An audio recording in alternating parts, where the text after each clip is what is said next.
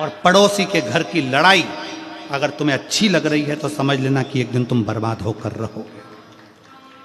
तुम पड़ोसी के घर में लड़ाई हो रही है और तुम बड़े खुश होकर, कितनी जोरदार लड़ाई हो रही है, सास ऐसा बोल रही, बहू ऐसा बोल रही, और तुम्हें आनंद आ रहा है, समझ लेना कि तुम पड़ोसी के घर की लड़ाई को देखकर अगर खुश होते हो तो तुम्हारी जिंदगी का बर्बादी का सिरा है। उसके घर लड़ाई हो रही है ना, तो थोड़ा भगवान से प्रार्थना करो दोनों में शांति बन जाए। प्रभु बहुत अच्छा घर है मेरे घर के पास का, बहुत अच्छे लोग हैं, ना जाने किसकी नज़र लग गई उसको, बहुत अच्छा परिवार है बाबा, इसको अच्छा कर दो। एक लोटा जल शंकर जी को और चढ़ा दो अपने पड़ोसी के लिए कि इनका प्रेम बढ़ जाए। अपनी बड़ाई जिस दिन अच्छी लगने लगे, वाह वाह मैंने जो करा बहुत अच्छा करा, मैंने ऐसा कर दिया, मैंने वैसा कर दिया, मैंने यूं कर दिया, मैंने यूं कर दिया, अपनी बड़ाई और पड़ोसी के घर की लड़ाई अगर अच्छी लगे तो समझ लेना कि उस दिन तुम्हारा बर्बादी का सिरा प्रारंभ हो गया। हमें अपनी बड़ाई अच्छी नहीं लगना चाहिए और पड़ोसी के घर की लड़ाई भी अच्छी नहीं लगना चाहिए। समझौता हो, साझाओ, अच्छे रहिए।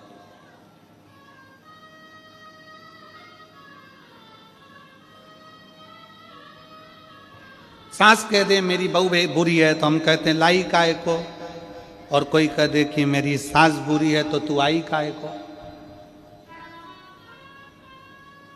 ना सास बुरी है ना बहू बुरी है, दोनों बुरी नहीं है। सास अगर बहू बुरी होती तो सास 25-50 हजार रुपये, 1-2 लाख रुपए खर्च करके 5-7 लाख रुपए खर्च कर शादी नहीं करती, अपने सोने के जेवर बहू को नहीं दे देती। और बहू अगर बुरी होती, सास अगर बुरी होती तो बहू अपने माँ बाप को छोड़कर पराए घर में नहीं आ जाती। दोनों बुरे नहीं, दोनों बुरे नहीं है, ना सास बुरी है ना बहू बुरी है। तो बुरा क्या है? सियोर वाला महाराज बुरा है क्या?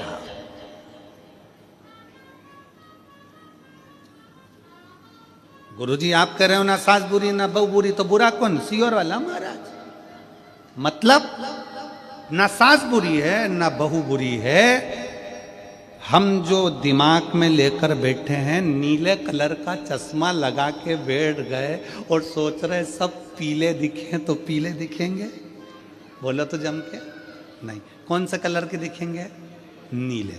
लाल कलर का चश्मा लगाया तो सब जम के बोलो जरा लाल दिखेंगे, काला लगाया तो काला दिखेंगे। सास ने जो चश्मा अपनी आंखों में चढ़ा लिया बहू के प्रति कि मेरी बहू ऐसी है, और चश्मा चढ़ गया उसके आंखों पर, उसके परिवार वालों ने चढ़ा दिया तुम्हारी बहू ऐसी, तुम्हारी बहू ऐसी, वो बहू ऐसी, वो बहू ऐसी, उसने चश्मा लगा लिया अपनी आंखों में, लेंस ऐसा लगा लिया कि वो बहू बुरी दिखने लगी, जो अच्छी दिखती थी वो बेकार दिखने लगी।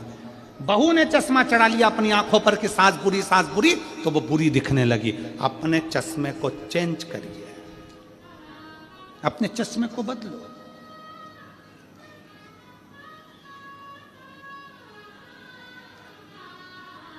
थोड़ा बदलो, चश्मा बदलोगे अच्छा दिखने लगेगा, श्रेष्ठ दिखने लगेगा।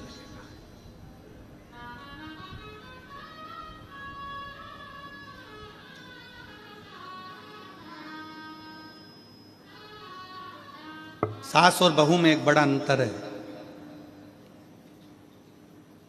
सास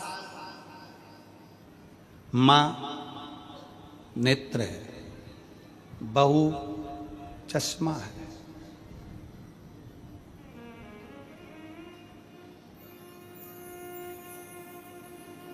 आंखों से अगर थोड़ा सा भी कमजोर दिखेगा तो चश्मे को साफ करोगे कि आंख साफ करोगे?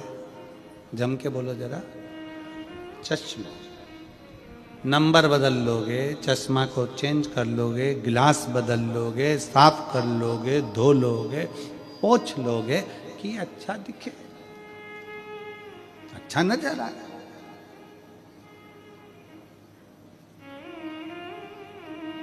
नेत्र तो नहीं बदल सकते बार बार, बोलो जम के बोलो। चश्मा बार बार बदला जा सकता है पर नेत्र नहीं बदले जा सकते। चश्मे को पोछा जा सकता है पर नेत्र को पोछा नहीं जा सकता। चश्मे को निकाल कर साफ कर सकते हो पर नेत्र को निकाल कर साफ नहीं कर सकते।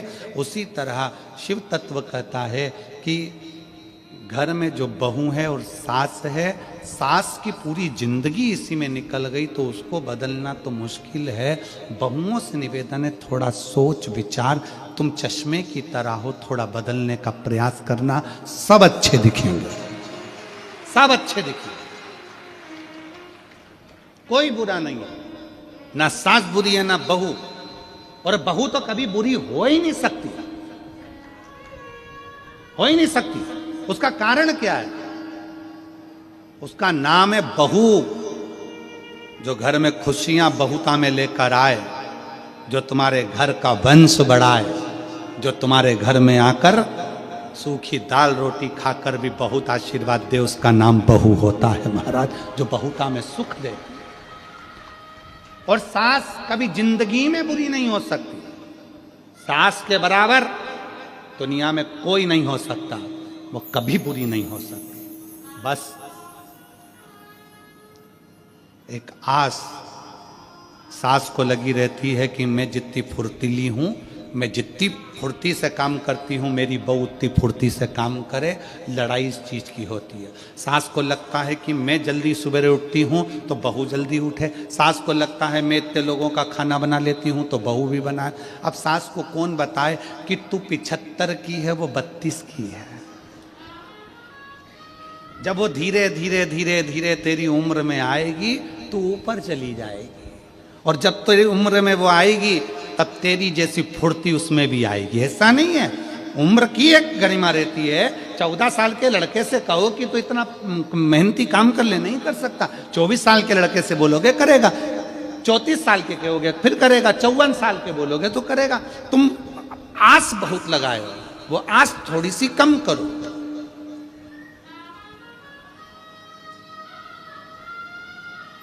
किसी को भरोसा दीजिए, विश्वास दीजिए, पर भरोसा तोड़िए नहीं। दुनिया में सबसे बड़ा दान है, अभी कथा में कहा था, तो वो विश्वास का दान है, भरोसे का दान है। चिंता मत करना, बाबा बैठा है। ये शिव महापुराण की कथा करती क्या है? आप लोगों को भरोसा पैदा करती है, आपके दिल में सारी समस्या का हल श्री शिवाय नमस्तुभ्यम बोल बम का नारा है। थोड़ी मेहनत हाथ की, बाकी कृपा भोले नाथ की। कोई लेट बनता है, कोई जल्दी बनता है, शिव को जल चढ़ाने वाला एक दिन सेठ जरूर बनेगा। ये विश्वास तुम्हारे अंदर जागृत हो गया, भरोसा तुम्हारे भीतर जागृत हो गया। ये मेरा बुरा नहीं हो सकता। मैंने शंकर की कथा सुनी है, मैंने शिव महापुराण की कथा पंडाल में बैठकर सुनी है। मेरा बाबा मेरे घर में संतान देगा, सुख देगा, वैभव देगा, मेरा भरोसा। एक पत्र है,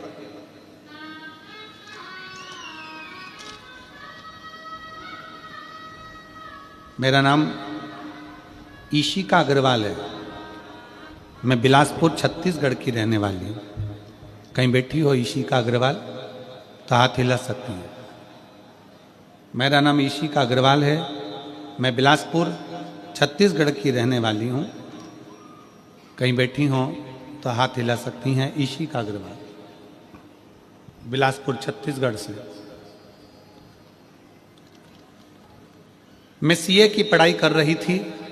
मैंने 2 बार सीए फाइनल का एग्ज़ाम दिया और उसमें मेरा रिजल्ट अच्छा नहीं रहा और मैं फेल हो गई। मैं हिम्मत हार चुकी थी, बार बार वही किताबें पढ़ने से मैं थक चुकी थी और तंग आ चुकी थी। मेरे को फिर से तैयारी कर एग्ज़ाम देने में डर लग रहा था। पत्र को आप लोग एलईडी पर जरूर पढ़ें, आस्था चैनल पर पढ़ें कि एक बेटी ने अपने भीतर का दर्द कितना लिखा। हिम्मत हार चुकी थी, बार बार वही किताबें पढ़ने से थक चुकी थी और तंग आ चुकी थी। मेरे को फिर से तैयारी कर एग्ज़ाम दिलाने में डर लग रहा था। मन में यही विचार आता कि इस बार भी नहीं हुआ तो क्या होगा। मेरी मम्मी आपकी कथा सुनती है। और उन्होंने ही मुझे बताया कि कैसे आप अपने पत्र के माध्यम